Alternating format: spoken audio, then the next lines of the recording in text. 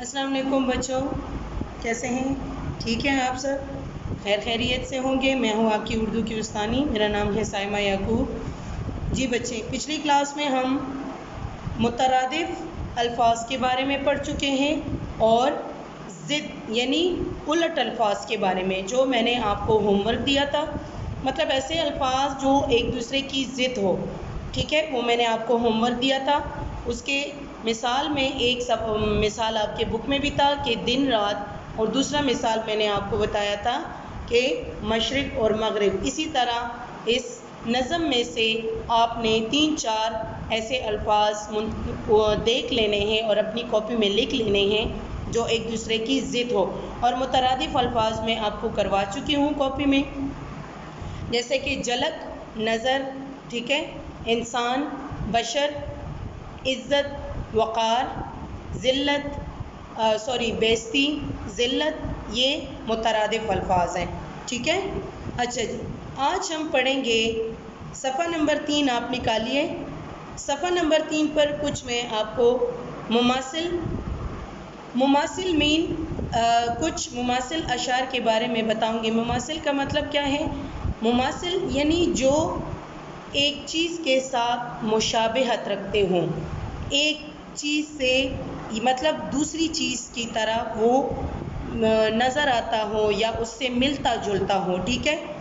مماثل شعر کا مطلب ہے ایسا شعر جو اپنے مفہوم کے لحاظ سے کسی شعر سے مماثلت رکھتا ہو۔ مماثلت یعنی اس کا جو مطلب ہوتا ہے وہ دوسرے شعر کی طرح ہی ہوتا ہے، ٹھیک ہے، یعنی ملتا جلتا ہو۔ جس طرح ہم انسانوں میں بھی کہہ سکتے ہیں کہ وہ ایک میرا بھائی یا میرا کزن اس کے ساتھ فلاں بندے کے ساتھ مماثلت رکھتا ہے، یعنی اس کے ہم شکل ہے، تھوڑا سا اس کی طرح نظر آتا ہے۔ اسی طرح اشعار میں بھی ہوتا ہے۔ مثلاً اب شعر آپ دیکھیں، اس کا جوڑا نہیں مثال نہیں، اس کو گاٹا نہیں زوال نہیں، ٹھیک ہے۔ یہ اسماعیل میٹھی کا ایک شعر ہے، اس کا جوڑا نہیں مثال نہیں، اس کو گاٹا نہیں زوال نہیں، ٹھیک ہے۔ اب مماثل، اس کا ہم ایک جیسے مفہوم رکھنے والا اس کا ایک دوسرا شعر ہے جو راغب مراد آبادی نے لکھا ہے۔ یہ شعر، تیرا ثانی نہیں دو عالم میں، مالک ملک بے مثال ہے تو۔ اب ان دونوں اشعار کا مطلب ایک جیسا ہے،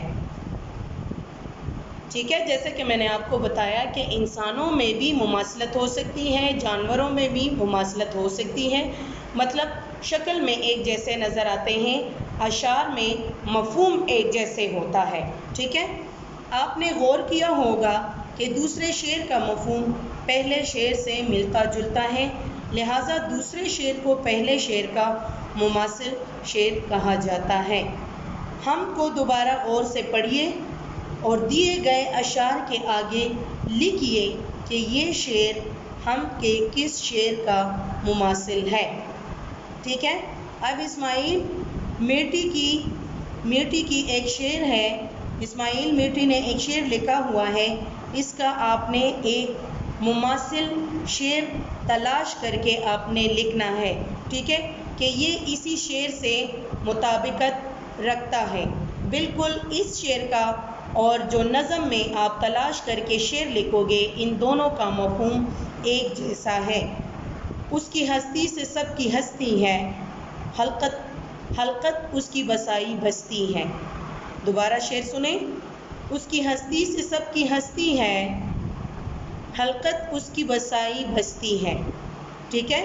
یہ شعر آپ دیکھو، اسماعیل میٹھی کی لکھی ہوئی یہ ایک شعر ہے، اور آپ نے اپنے نظم کو غور سے پڑھنا ہے اور اس میں سے آپ نے اسی کے مفہوم کے مطابق ایک شعر آپ نے تلاش کر کے خود لکھ لینا ہے، ٹھیک ہے۔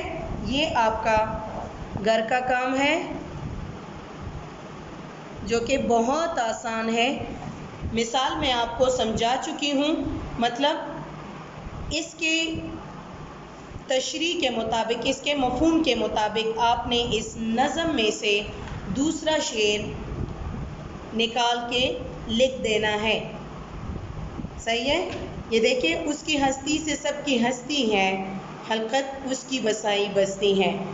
اگر آپ کو سمجھ آ رہی ہو تو اس نظم میں ایک شعر ایسا ہے جو آپ پڑھو گے تو فوراً آپ کے ذہن میں آ جائے گا کہ اس کا مفہوم اور اس اسماعیل مرٹی کے شعر کا مفہوم اور اس نظم میں جو شعر لکھا ہوا ہے، ان دونوں کا مفہوم ایک جیسا ہے۔ ٹھیک ہے، شکریہ، انشاءاللہ اگلی کلاس میں ملیں گے۔ اللہ حافظ۔ آپ کو سوالات کی سمجھ آ گئی ہوگی اور اشعار کی بھی سمجھ آ گئی ہوگی۔ آپ غور سے نظم پڑھیے گا، آپ کو خود بخود سمجھ آ جائے گی اور آپ لکھ لیں گے۔ اگلی کلاس میں ملیں گے، اپنا بہت سا خیال رکھیے۔